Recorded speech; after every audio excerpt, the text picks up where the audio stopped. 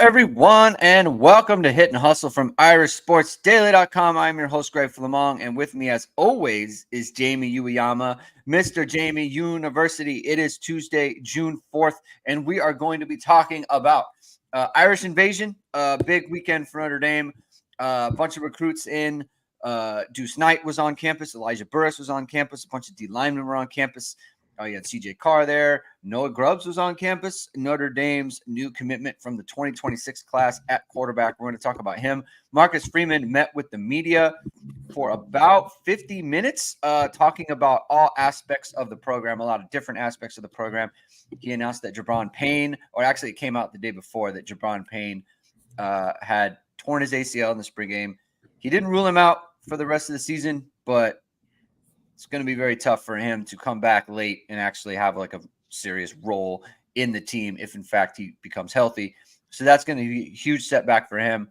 And it's a pretty fair setback for the team as well. So we'll talk about that. We'll talk about 2025. Notre Dame is now at 21 commitments after the decommitment of wide receiver Sean Terry. So we're going to talk about exactly where Notre Dame is going with their class in 2025. How many they're realistically looking to add, who they could add, and what it would mean for the class overall. So that's going to be our show today. Thank you, everyone, for tuning in. If you like what you hear today, please hit the like, please hit subscribe, please hit the notification bell so you know whatever it is we are going live. As always, links to the podcast version, the audio format are in the description below. And hopefully it is now June. So hopefully those who wanted to took advantage of Notre Dame's Play Like a Champion today sport coat special that Ge had through the end of May. That is now ended. But you can always, if you're looking to upgrade your wardrobe and you're not necessarily looking for a sport coat, then you can always head over to esqclothing.com, founded by Notre Dame alum Ge Wang. You've seen ESQ on all your favorite Notre Dame players and coaches over a decade of making the best custom clothing available. ESQ will help you look and feel your best in 2024, from a perfect fitting suit or sport coat, shirt, or bomber jacket, or the perfect tuxedo for wedding season. Coming up on wedding season, Jamie. Check out Ge's amazing work at esqclothing.com. Book an appointment to upgrade your wardrobe today. Mention ISD and get 10% off your entire purchase. Jamie, Noah Grubbs, we talked about him on Thursday's show. We did a little film review of him. Pretty lengthy discussion on him. He enters the class. The last three quarterback commitments are CJ Carr, Deuce Knight, and now Noah Grubbs. Notre Dame's rolling at quarterback, Jamie. Big things are happening. Well, what say you about it? Well, Kenny Minchie was decently rated too, so I'll give that as well. Pretty good. Especially too when you think about how that was like a kind of recovering after they missed out on Dante Moore in that class.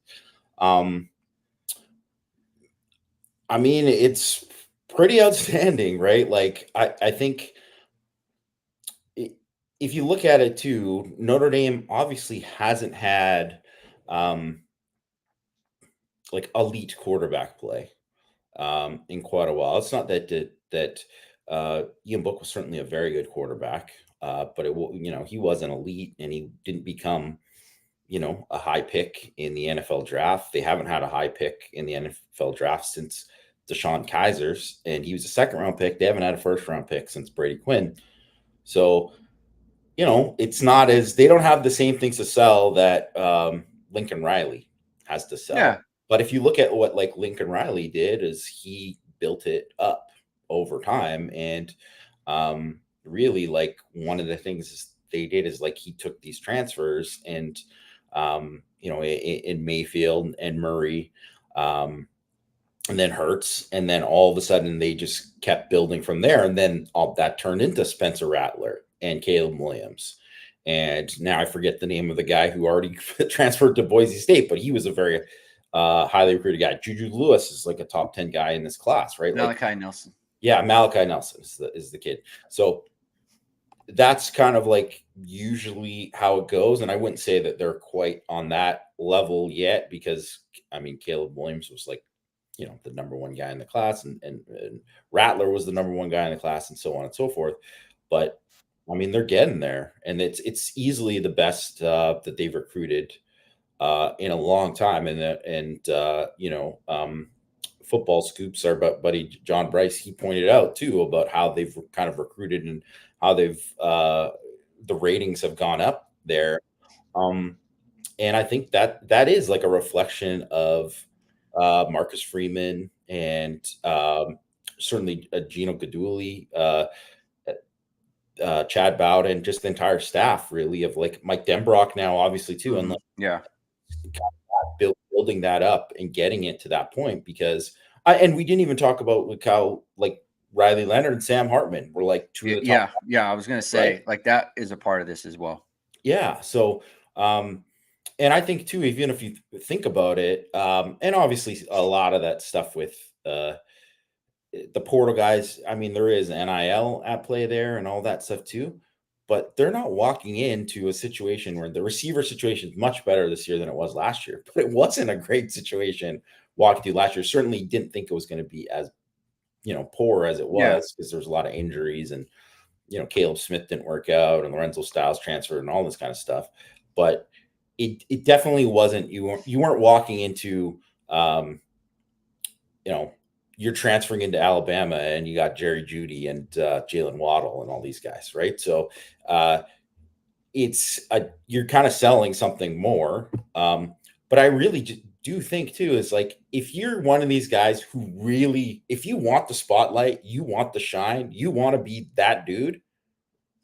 I mean, at Notre Dame, like just look at Sam Hartman, and I know obviously he's a good-looking dude and all that part goes into it, but like he wasn't even that dude and still got all this attention. Like you can Right. get that Yeah. attention, you can be the guy.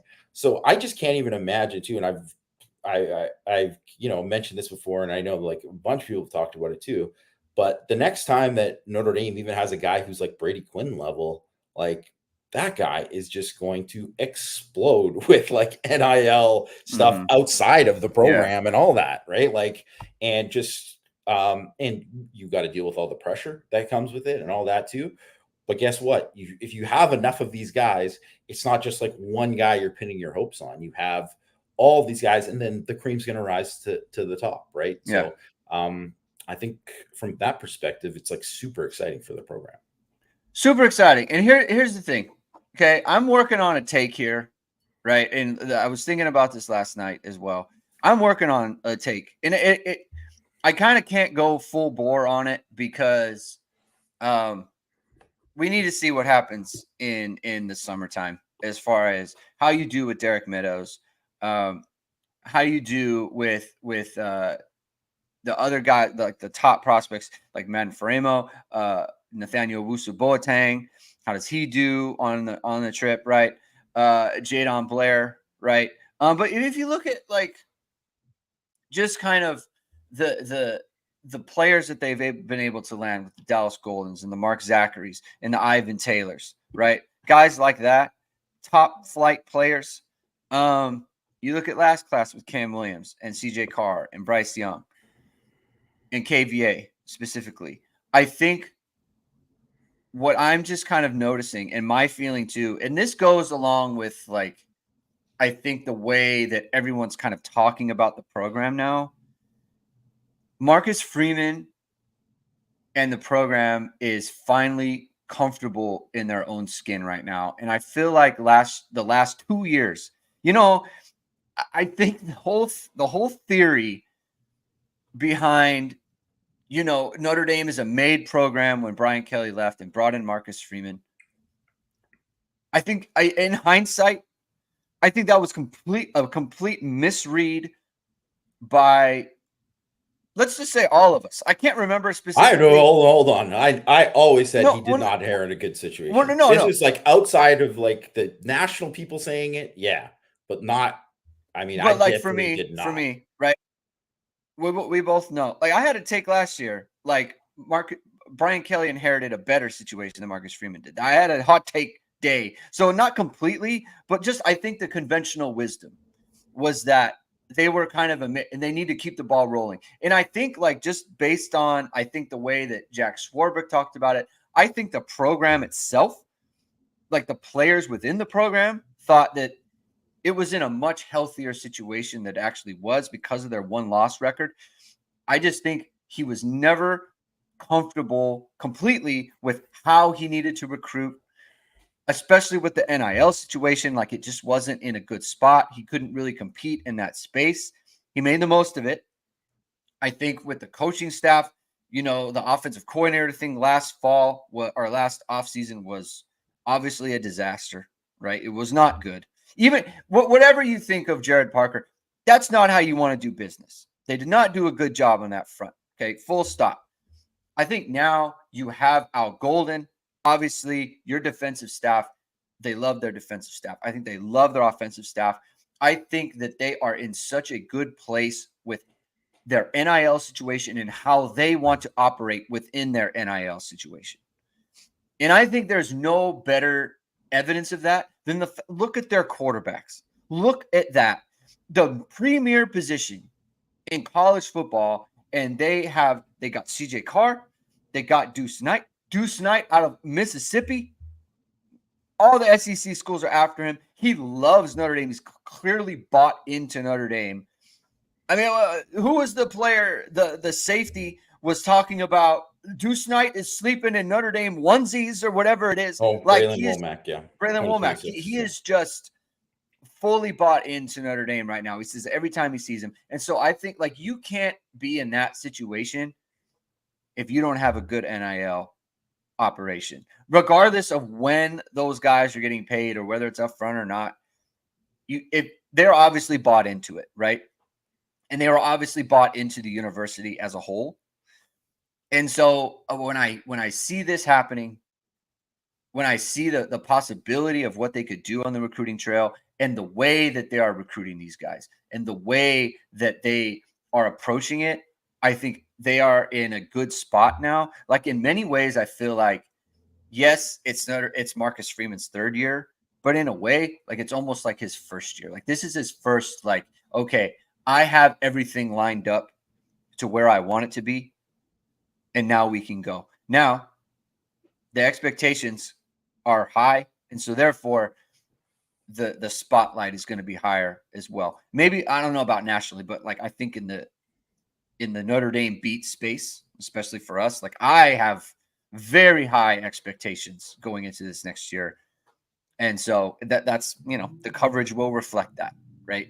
In terms of if it doesn't go well. But, I just think that they are in a very, very good space with how they want to recruit, the type of program they want to build, and then having all the pieces that they kind of want to build the program in that light. Yeah, I would agree with that. And I think that, they're just in a much healthier spot, just roster wise, than they were. And, I think the one thing that kind of gets overlooked was during the success of Brian Kelly's reboot, which was, it was obviously very successful, right? Like they've averaged 10 wins a season since then. So, before it was like a big deal to win 10 games. And then, they've averaged it since then. So the standard, went up since then. And I think that's a good thing. But you look at some of those classes and just how things worked out, especially on the offensive side of the ball. And they had a lot of misses. And I think even if you look at, Adam Dowling mentioned the 2021 schedule, which was super easy. It was, right? They played like one really tough team and they lost to them. So, and they won a lot of like close games that easily they could have lost in that situation too. And they had that patchwork offensive line for half the year. And even in the second half of the year, like, you're still, if your best lineman is Jarrett Patterson, your second best lineman is true freshman Joe Alt, who just started. Like that's kind of where they were at that time.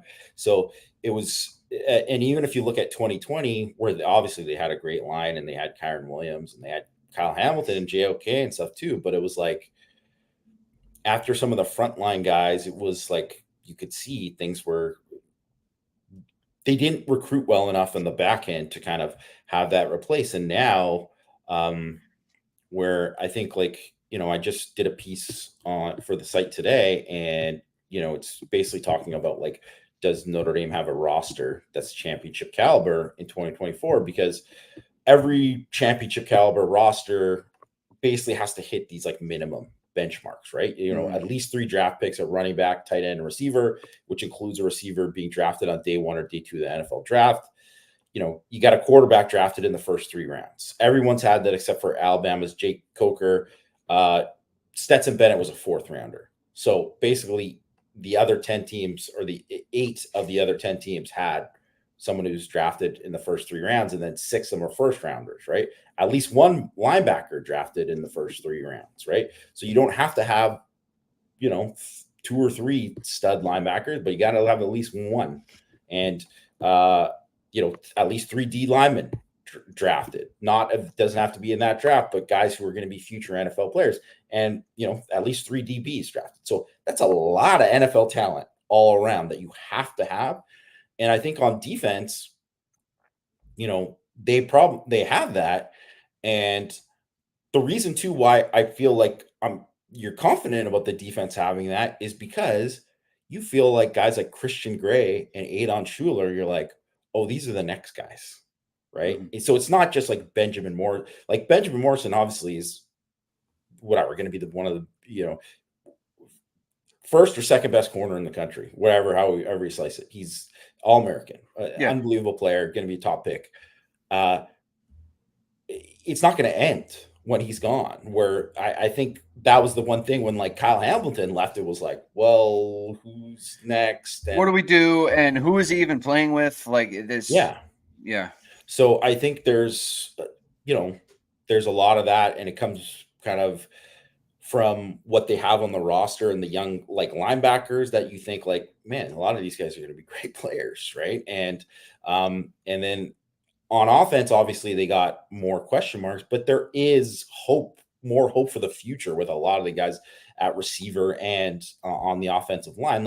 I'm confident they have future NFL players in the offensive line. It's just whether or not they're going to be good enough this year for it, right? So that's kind of where we're at, but that's also just a sign of where they're at in terms of health of the program, where it's well, these guys are going to be good. It's just whether they're going to be good enough right now. And then when other guys leave, they should have guys replacing them. And it also leads into the recruiting this year, where, man, they're going to have other guys who come in, just like how there were guys in this spring who were early enrollees who were really impressive, that you're like, man, these guys are going to help Notre Dame out this year. And then imagine what they're going to do next year. And it's the same kind of thing with this cycle. They're going to have that again. And I think that is absolutely a credit to what they're doing in recruiting and how they've evaluated, and whether or not it's good enough to get to that ultimate level, we'll see. But there's no doubt they're in a much, much healthier place than they've been in a long time. Yeah. Keeping on that recruiting track, Sergio makes a comment here. Notre Dame needs 2, possibly 3 of the remaining wide receivers. Taylor Taylor not expected to official visit to Notre Dame now, and Malik Clark did not include Notre Dame this morning in his top 5. So I think Notre Dame has zeroed in on Derek Meadows. Obviously, he's been a big target for them for over a year now. Dylan Robinson will be on campus as well on June 11th. And they just recently offered John Anthony Hall, who's an Indiana athlete, wide receiver prospect, very good basketball player as well. I assume he'll be on campus. I don't know that he's scheduled an official visit yet, but I think he did. Oh, okay. So, do you know when he'll be in? Will it be the 14th? Because that's when the offensive. I think that's when he's coming. Yeah. Okay, so he'll be on campus then, and so I think that's who they're going to be focused on right now for their last 3. Obviously, they want to close on Meadows, very desperately want to close on Meadows, and I think Dylan Robinson as well. I think he's another one where I think they're really high on him, and I think they want him in the class. To me, those 2 guys. I know Tanu Kynes is out there as well. I want, personally, I just think for the receiver room and what they have already in the class, with Bettis Jr., Elijah Burris. I think that bringing in, and they obviously lost Sean Terry just this last weekend. I think bringing in the guys of the body type of Derek Meadows and Dylan Robinson, I think that's what this class really needs, and I think that would be great for them. And so kind of that's where I'm focused on. John Anthony Hall, we were talking about him before the show. Recent offer, right, from this last weekend. What do you like about him as a player? What do you like about his game, and what can he bring to the class? Should he make that commitment to Notre Dame? Obviously, it's a very new recruitment to fans, at least. So, where are things at with him? Yeah, I really liked him as an athlete, and he has got like some elite athletic markers that obviously stand out. Like he's a guy who, like you mentioned, the basketball player, like that is, he's a very, very good basketball player. And you can see that athleticism on the basketball court. And he's got an elite long jump. That's always like a good athletic marker to look at. I think when you watch him on the field too, like you see, like, I think he's got like good juice out of his breaks. I think he's got some wiggle after the catch. You see the ball skills, you see some good long speed there. We talked about earlier too, like off the air, like wondering about the size. So, I mean, that's another thing too, right? When they get a look at him there on campus, look at an even closer look at kind of size wise, but he's obviously different than Robinson, and he's more in the Hines, the Tanook Hines category, right? But I think to me, he's like a very, I would put him and Hines kind of like in that same thing where I would put Robinson and Meadows above, just like you. And then to me, then after that is Hall and Hines. But now I guess it just depends like what they want to do in terms of like before, because everyone always said like, well, I mean, it feels like they had to take 5, right? Now it's like, well, Terry's out and maybe they're only going to get 2 more. Like, I think that's probably fine with 4. They could get, I don't think it would be a problem if they took 5 and took like either Hines and Hall if all these guys wanted to come, right? Because obviously they got to land them first, right? But I don't know. It'll be interesting, and then I don't think that. I mean, I think 4 they have to land at least 4. I think that's like a minimum there, but it's just one of those things where which of those 4 that they land that's going to matter. I think that's really going to matter. And I really think too, like, I mean, Meadows has to be one of them. He has to be one of them. They've been laser focused on him. I'd be kind of shocked if they didn't, just because we talked about it so many times on this show, like a year ago, probably. When they get their sights on a guy, they usually land him, and like even like you could throw KVA into this category of just when they have a guy and they kind of get a feel for him in the way that what makes him tick and what makes him, and they get him on campus, a bunch of times you get him on an official visit. It just, when they get a feel for a player, it usually ends the right way. And I just think that's the case with Meadows. That's the feel that I get. They know how to get to him. And so, and I think Dylan Robinson might be in that category as well. Now, that relationship hasn't been going on as long, so I'm not as confident in him as I am in Meadows, but I feel pretty confident about Meadows, not based on anything inside. It's just some recruitments just have a feel after a while, and I think he's got that feel of a player who's going to come in. So let's say they land. Let's say they land Meadows and Robinson, and Jadon Blair's been trending to Notre Dame recently. So that's 3. So that makes 24, right? They're in on Madden Framo. They're in on Nathaniel Owusu Boateng. They're in on Gavin Nix. They're in on John Anthony Hall. So that's 4 guys. How many do you think Notre Dame would be willing to take in 2025? I mean, I think they'll probably would take maybe 2 more out of that group. I think, you know, I would say maybe 26. But I mean, the thing is what kind of with what Freeman emphasized in his comments, talking about how like they're kind of all in on high school recruiting. So Yeah. that also kind of made me think like, I mean, maybe they could go up to like 27 or something if they really wanted to. Because there's not really, and it's something I can't remember if we've talked about this or not, but like if we've kind of discussed like where they might have to look at the portal for next year, right? And I don't really see them having to. There's not too many spots where I see them having to go and get guys. Like Mm-hmm. I don't think they'll have to get like like maybe possibly one DB, maybe like, but I don't think they'll have to do like a Clark and a Hurd. Like Yeah. Yeah. I don't think that. Maybe they'll get one safety, slash nickel, maybe, right? But it's also not like 100% that I think that they would do that. But I think that's a possibility. Maybe they go after an edge rusher, like, and I would say that's probably the most likely. Is I think edge rusher, just based on like where they're at, like another guy, if they don't like what they see from some of the younger, it just depends, right? Yeah. But like they have a lot of defensive tackles that I think that they like, that are developing.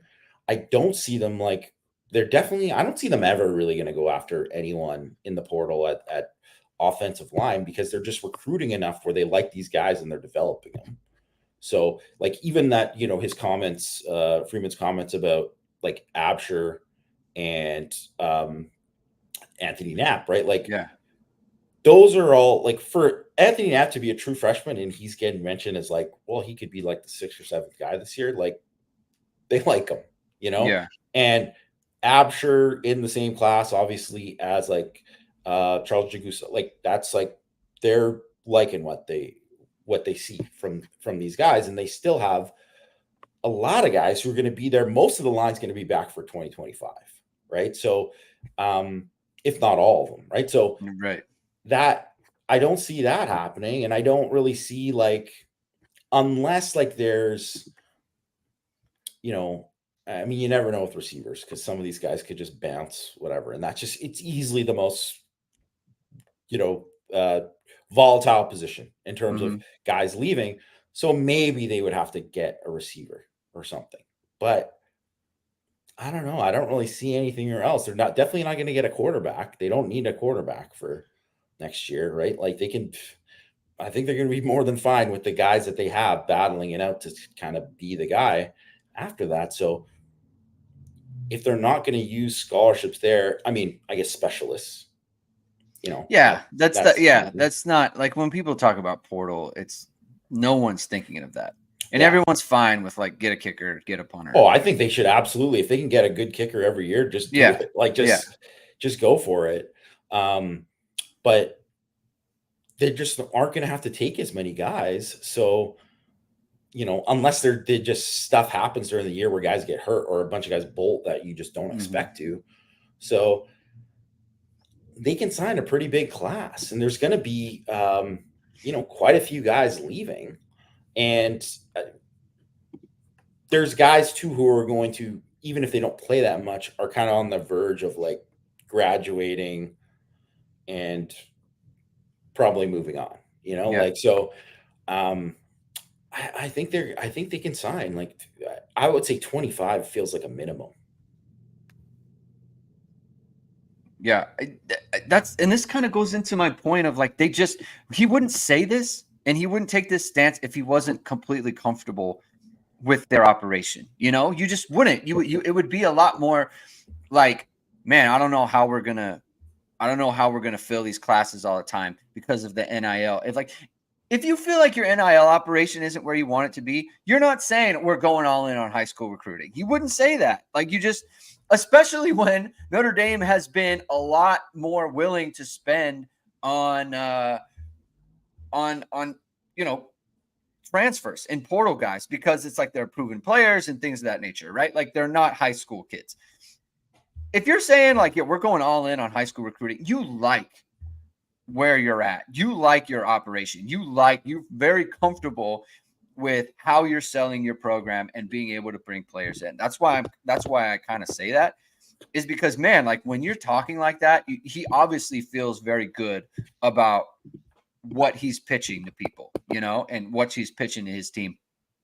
And so it's just kind of like, that's where I feel like the confidence in his program, when he's not talking about, like, he's not directly being asked, like, how do you feel about your program? Right. He's displaying it in ways that aren't due to those questions, but just his actions and his words in other areas make me think like, man, he really feels good about, you know, his operation. Right.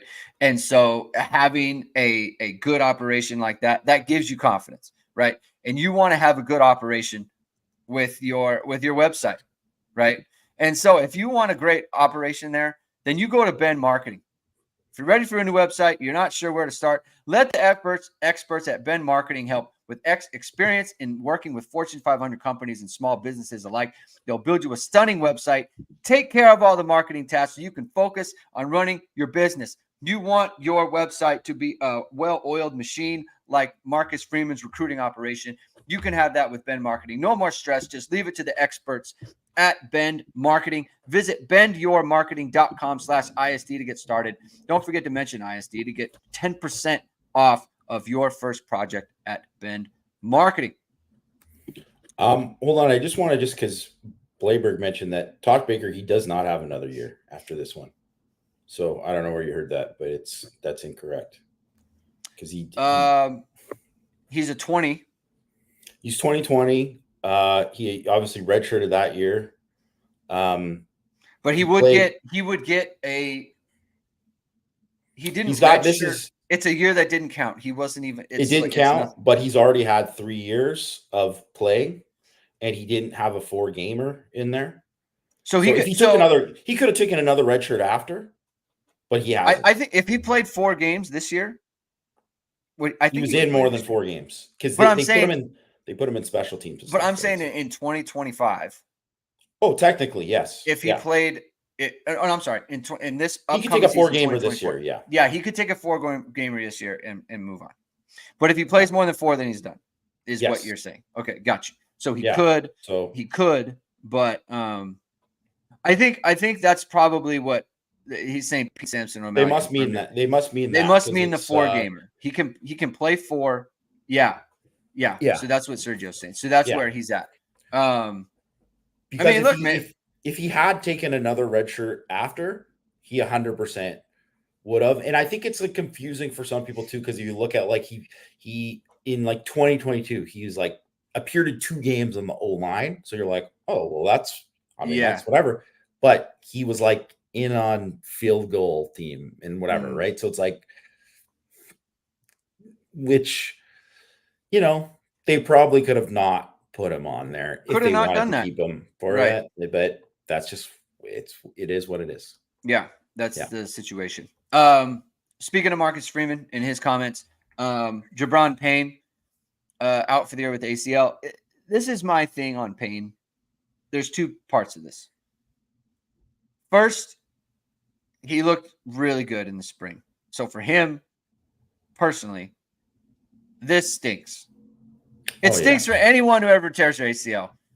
He's already torn his ACL, worked his way back. He played last year, wasn't as tip-top as he probably would want to be, but he played.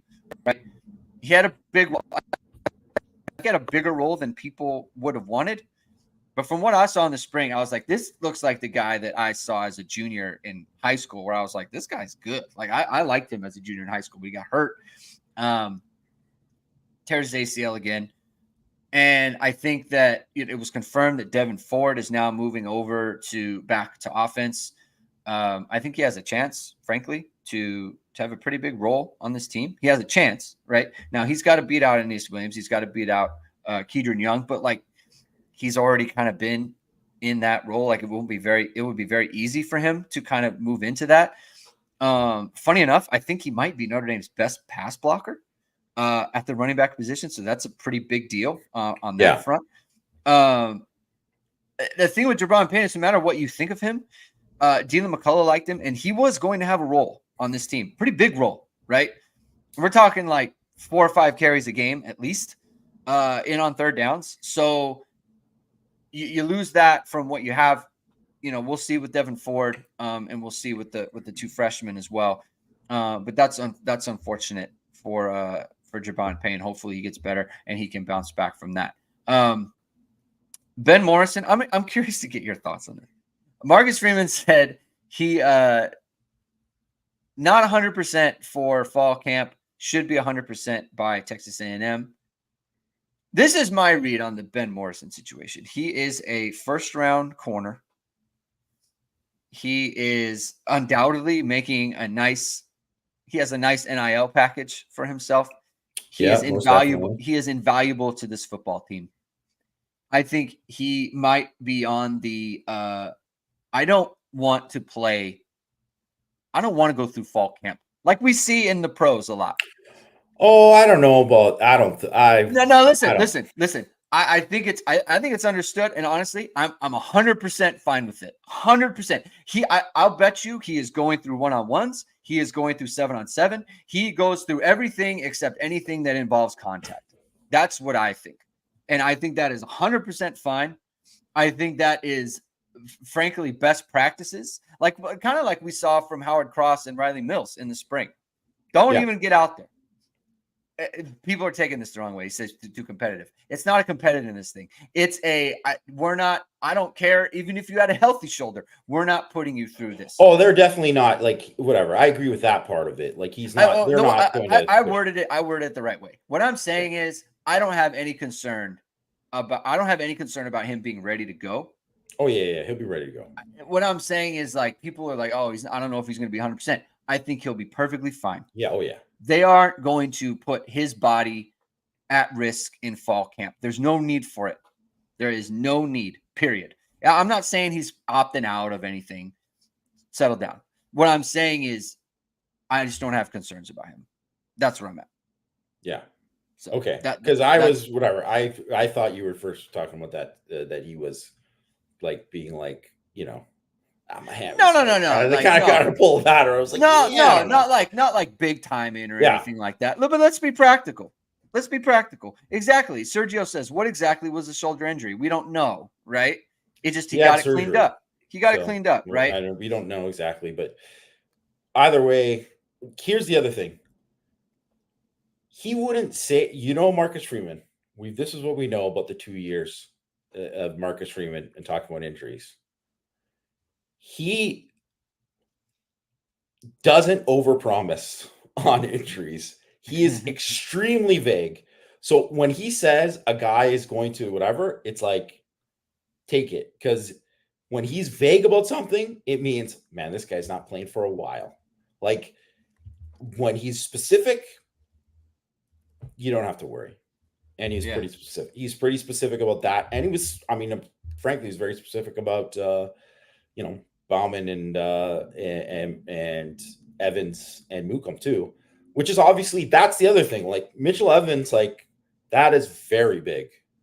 That is very, very big, because when we're talking about like you're playing in these games, and you need a play to like, we got to move the sticks here. We got to get this. We got to get that. Like he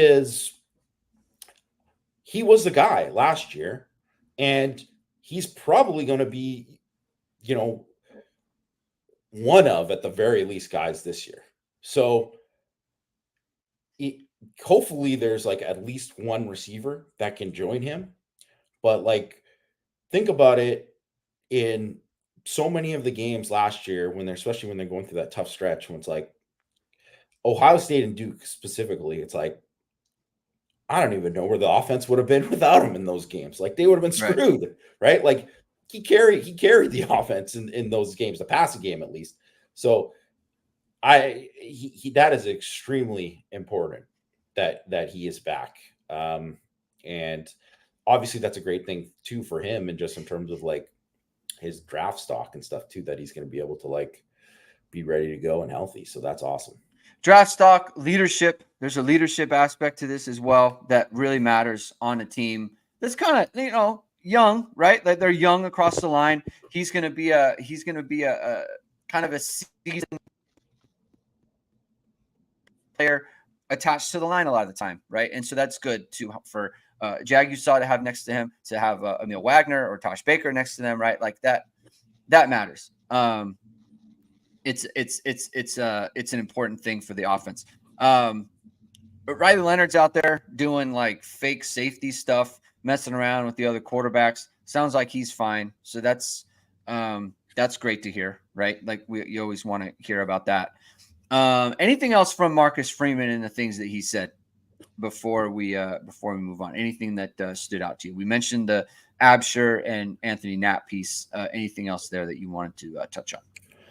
No, not really. Like, I know we talked about it a lot on Power Hour too. Like, I mean, I think we spent like most of the time talking about a lot of his comments on Power. He did say a lot, which was great. Like, I thought, sometimes too, you get those summer updates and there's not a heck of a lot. Like, there's like hey, I can't really say anything about Dexter Williams being suspended, but everybody knows he's suspended, right? Like, sometimes there's that kind of stuff that's going on. So, yeah, I think that,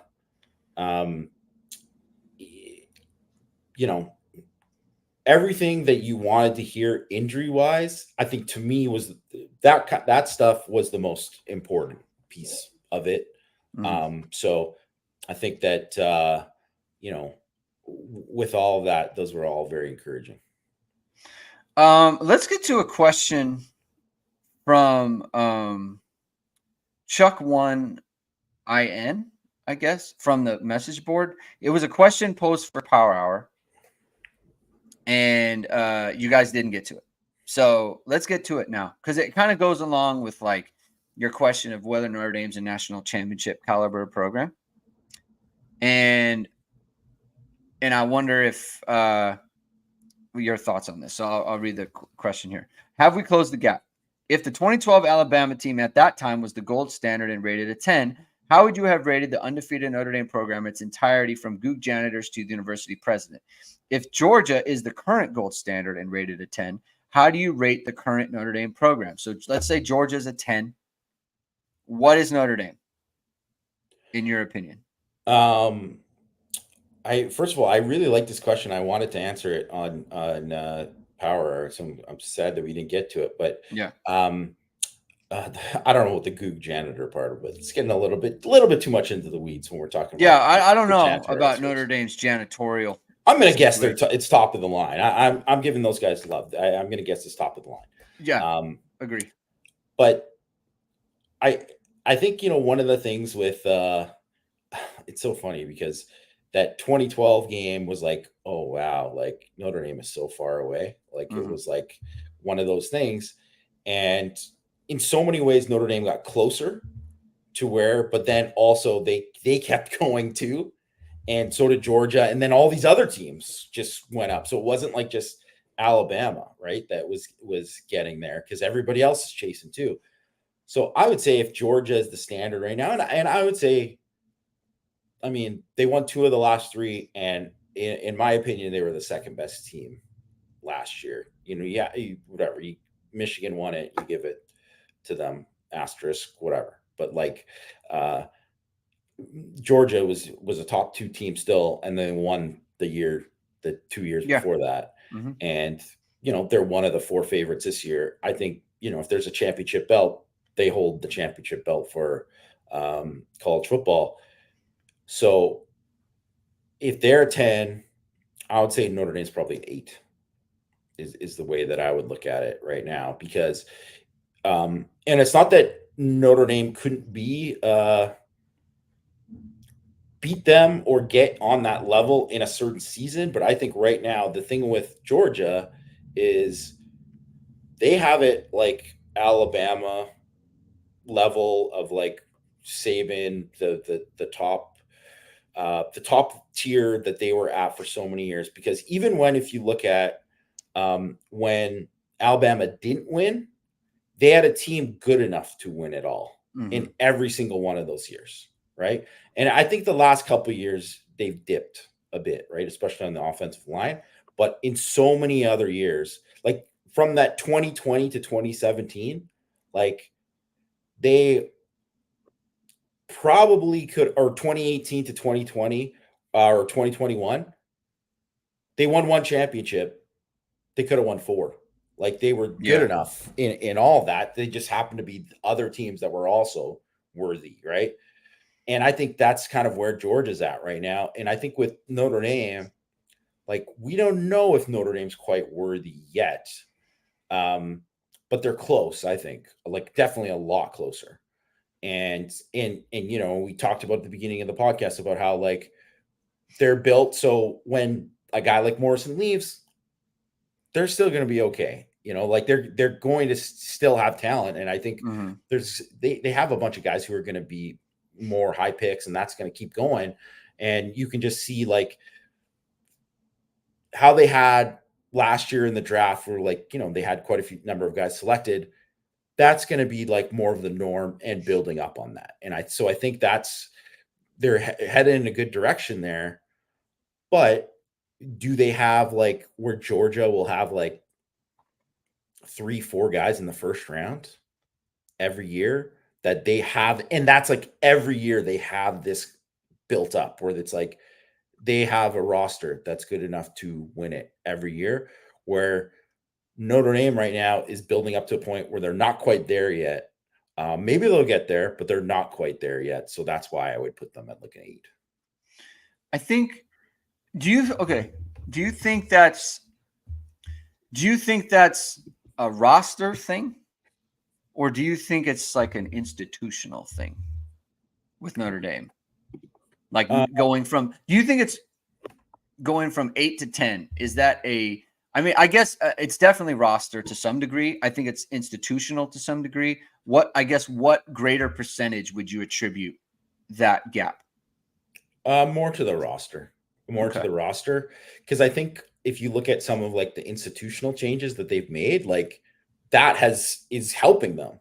Because I would say if like you looked at, you know, we talked about how you know, Brian Kelly didn't leave them in a good spot. They were closer to a 6, you know, like before, because they dropped down from where they were. They were like 8 and they would drop down to a 6, which, you know, I mean, that's why Kelly left, because he was like, well, I got further away now.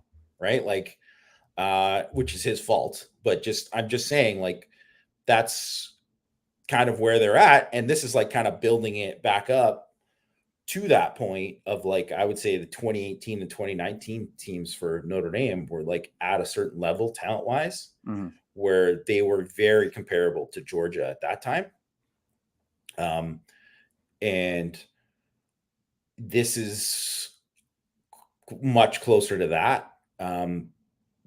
And now they're able to like, because let's face it, if they didn't have the NIL you know, help from you know, fund or whatever and all this to help them get to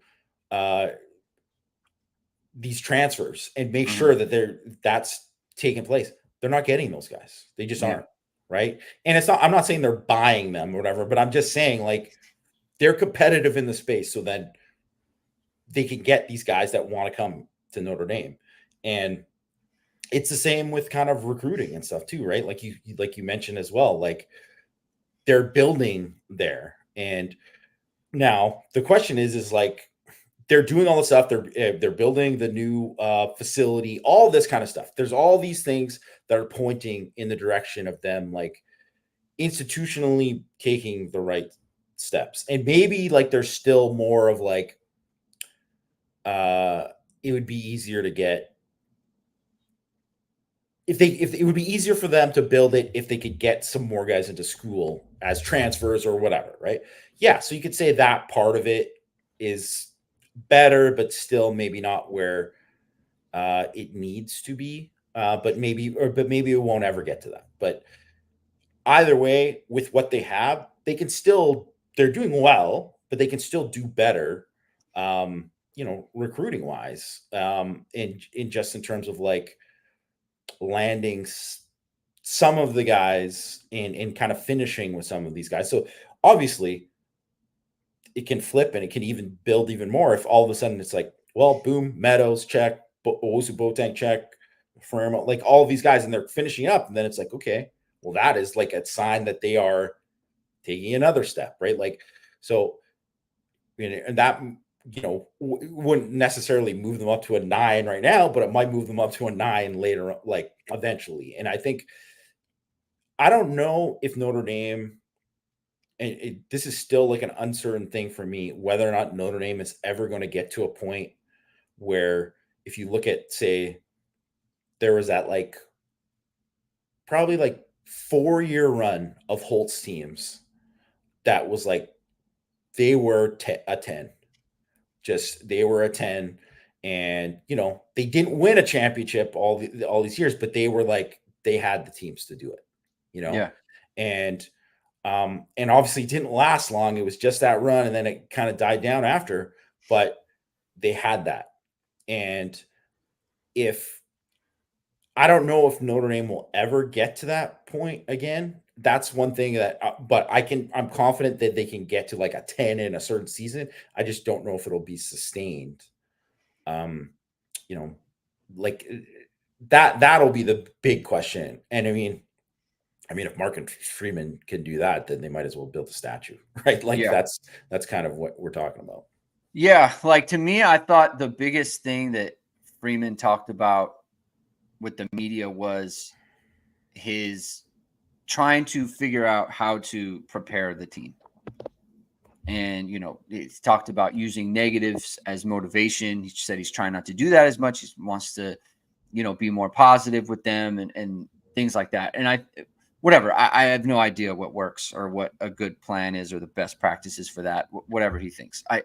But I think his focus is, and I kind of think, and why I asked about the institutional thing is I feel like with Notre Dame recently, specifically, right, in the last 15 years or whatever it may be, is, people say they can't win the big game. It's like, no, they can win the big game. They've done it, but they can't win, like, obviously all of them, right? Because they don't, but what I'm saying is they're too inconsistent between winning those big games and not winning those big games. Like 2017 is a great example where they lost to Georgia.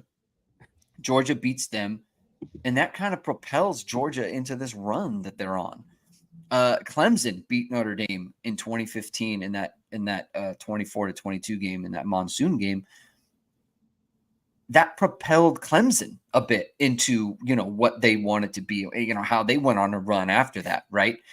And no, Notre Dame doesn't have that, right? Like the Clemson win in 2020 just was followed up by getting destroyed in the ACC championship game and the playoff game against Alabama. And it's understood why that happened, right? Those were great teams, but like there's never been that moment that it's like Notre Dame knows how to win now. Like, man, like that, and that's the thing about losing to Ohio State last year. It's like, man, you could not lose that game. Like, you found a way to lose when it was right there in your grasp. Like, Notre Dame has not beaten Ohio State in forever. And they haven't played that much though. Like, but I'm saying, like, every time they've played them, it's just like you can't handle. They played 5 times. It's not like they're an annual rival. It's not annual, right? But they have go back to the 90s. Like we talking about, like when Pepe Pearson was running for them. Like, you can't compare that. I am going, but what I'm saying is, that's not Marcus Freeman. It's not Marcus Freeman. That's why I say institution, though. It's not a Marcus Freeman problem. It's been a Notre Dame problem. Go back to all these games. They haven't won a New Year's Six game since. Go back to all these games and go back to all these games and tell me which games that they lost where they had the more talented team. To those games. They don't have. So that's talent. That's talent. I'm not discounting your point.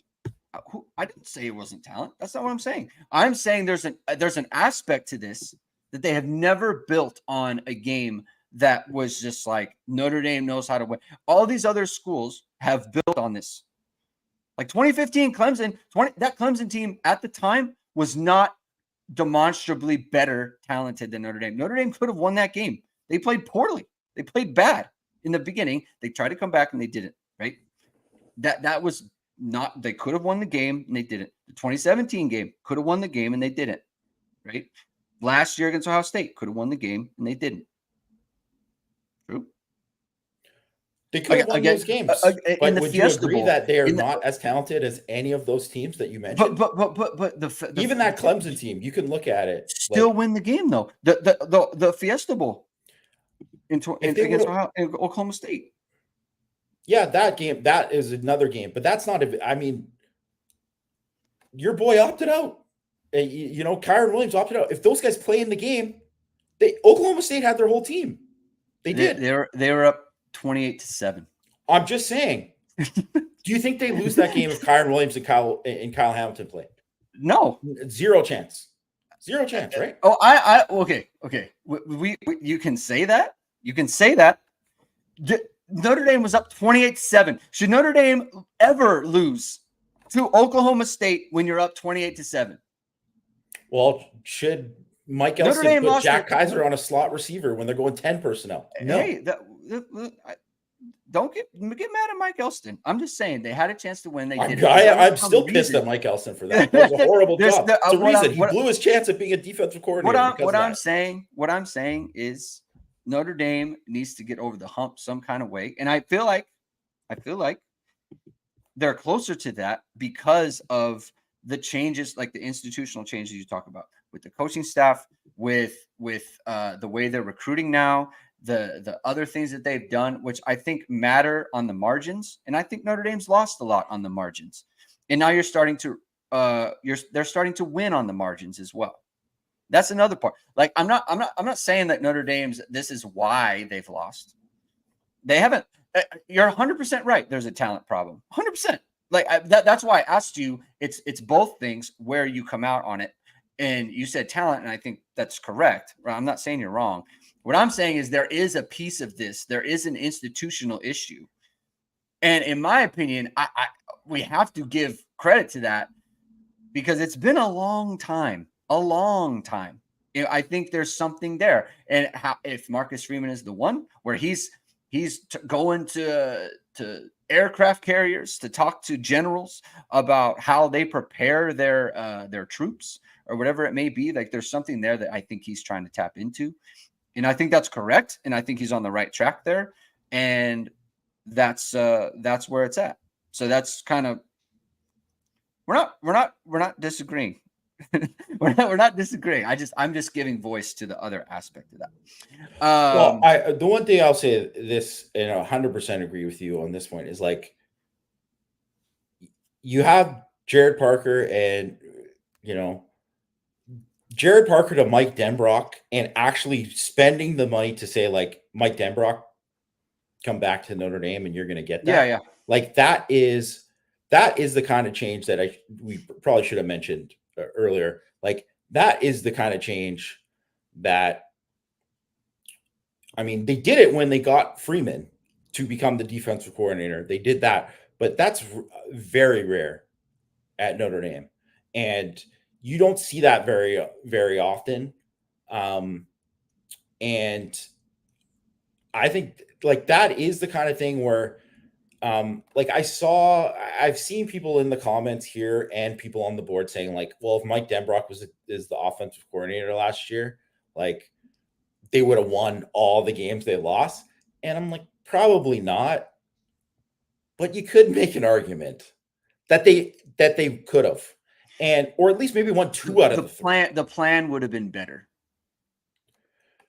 And if it's just like you think about, because it's just like razor thin margins in that Ohio State game, just to be like, we're closing it out with Audric. Like, seems like a no-brainer. Yeah, the 4th and 1 and whatever on the first drive, right? Like, yeah, there were so many missed. Like they played.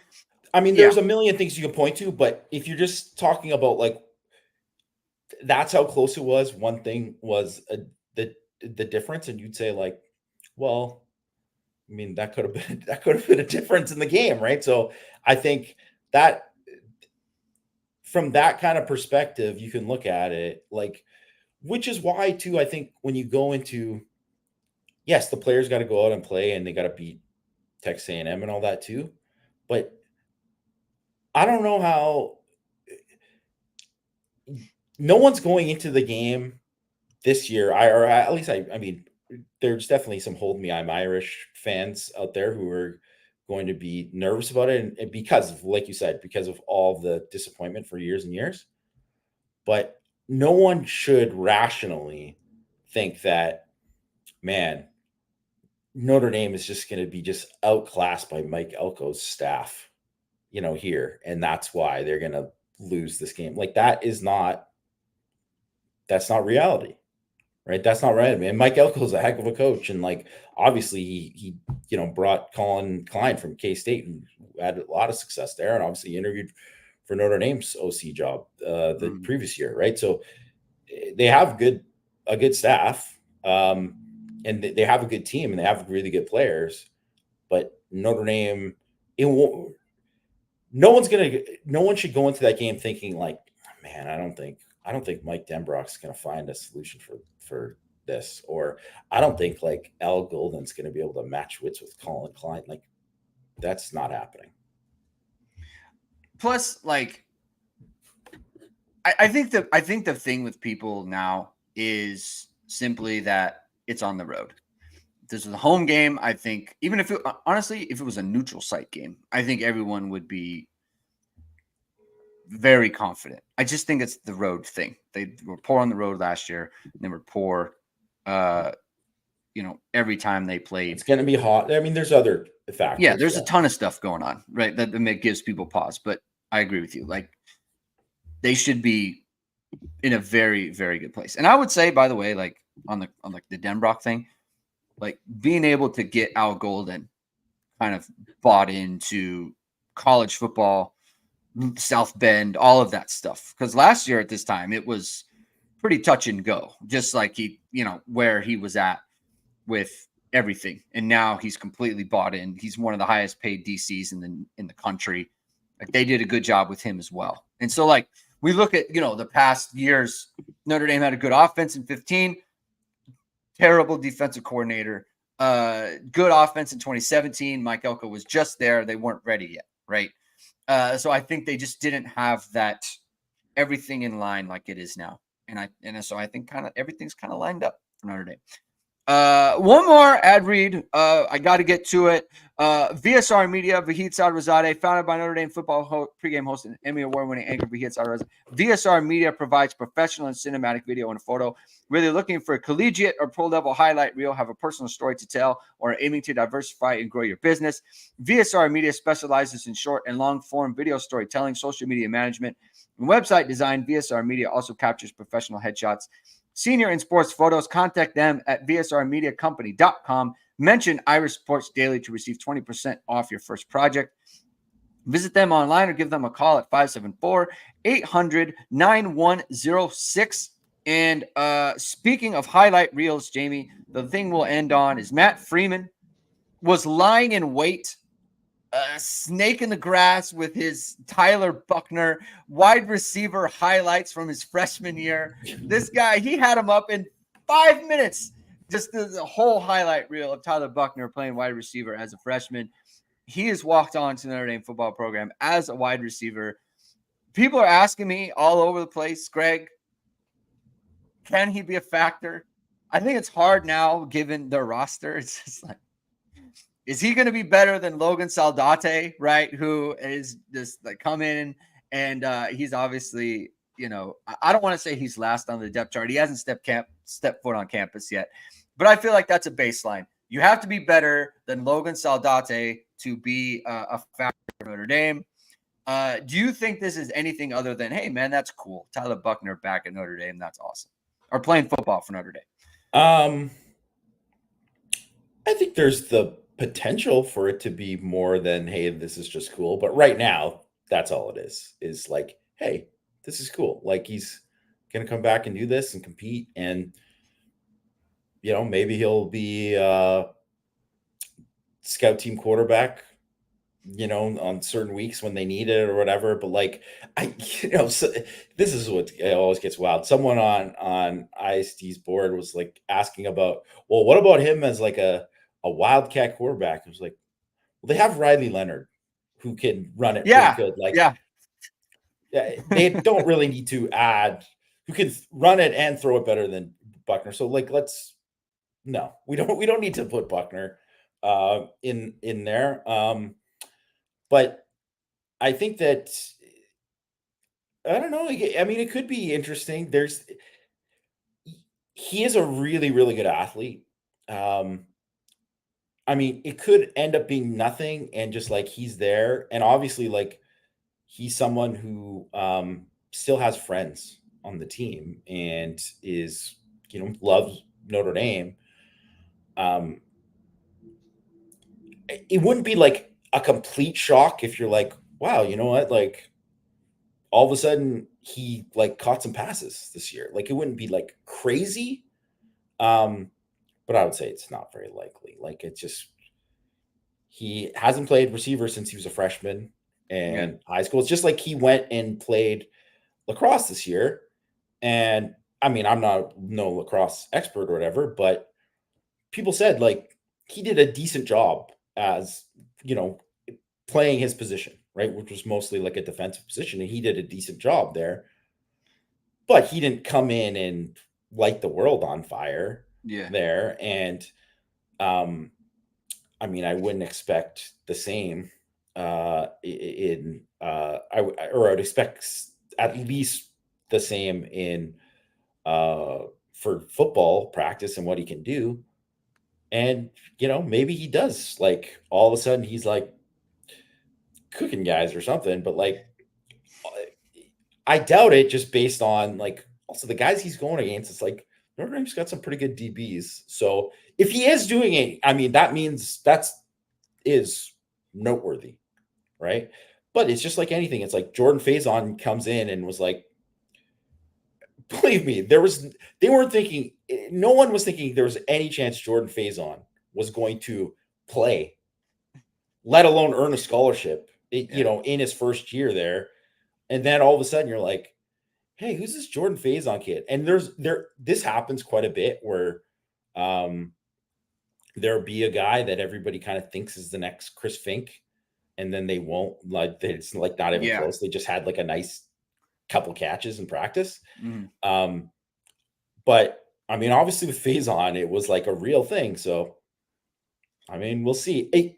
To me, if it does happen, this would be like a way better story than, I mean, a Rudy is a good movie. I love Rudy. Love Rudy. But this would be a way better story if like all of a sudden you're like, man, Tyler Buchner is good at receiver and he's like actually like he's catching pass. They're just imagine they're playing Florida State and you're like, Yeah.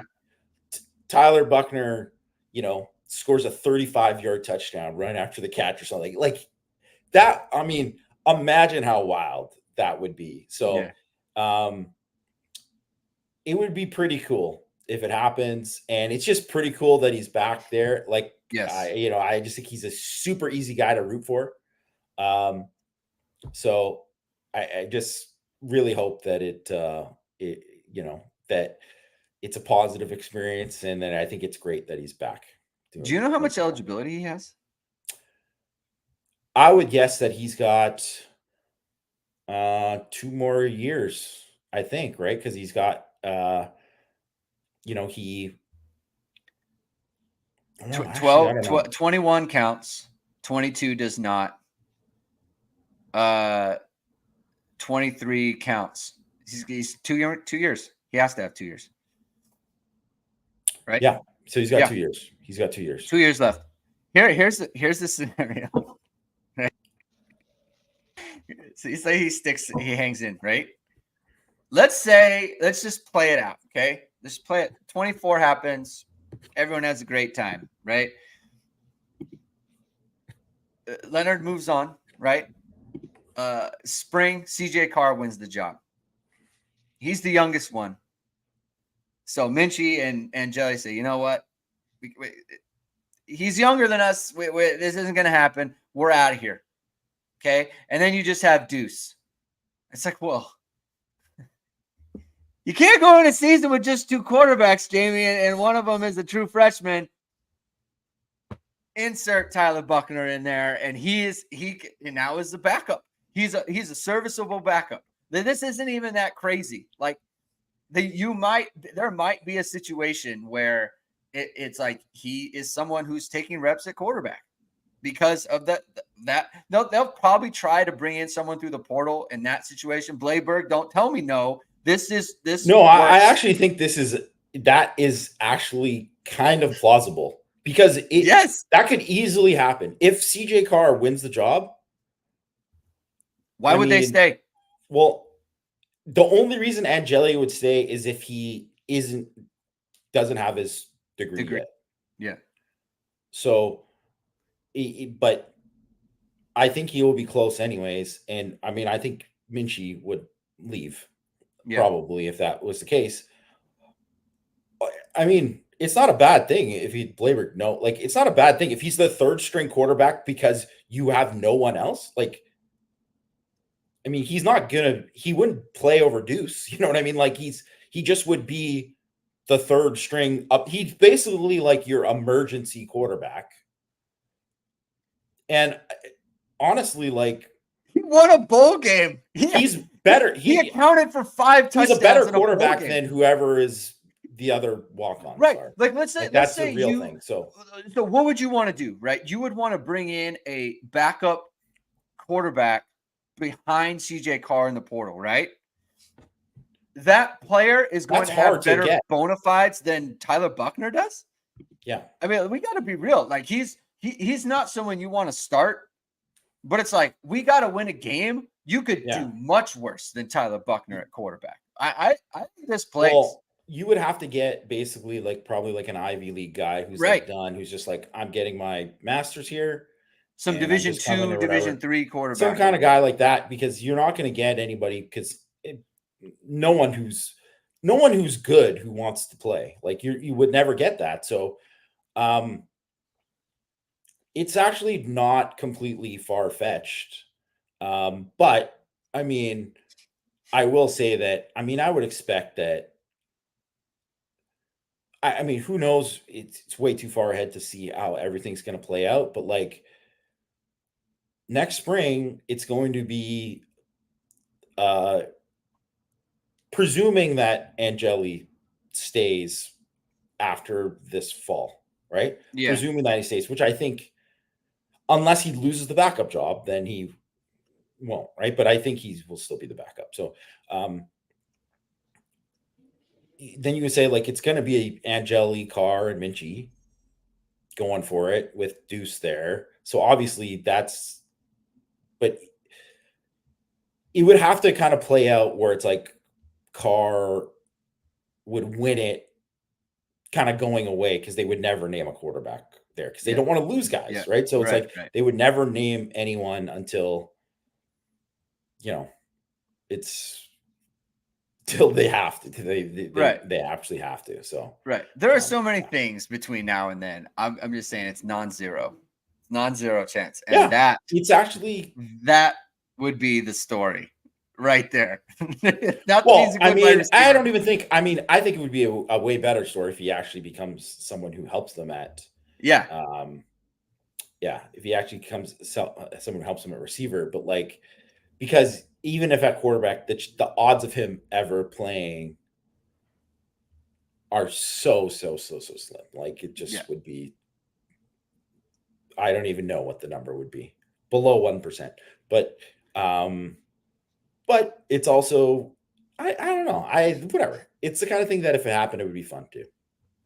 It's June 4th. This is what you talk about on June 4th. So, So we'll monitor. happy to have him back. It's fun. It's a good story no matter what. All right, that's going to do it for our show today. Thank you, everyone, for tuning in. If you like what you heard today, please hit the like. Please hit subscribe. Please hit the notification bell so whenever it is we are going live. We'll be back on Thursday with more Notre Dame football talk. Have a good day, everyone. We'll talk to you soon. Keep hitting and hustling.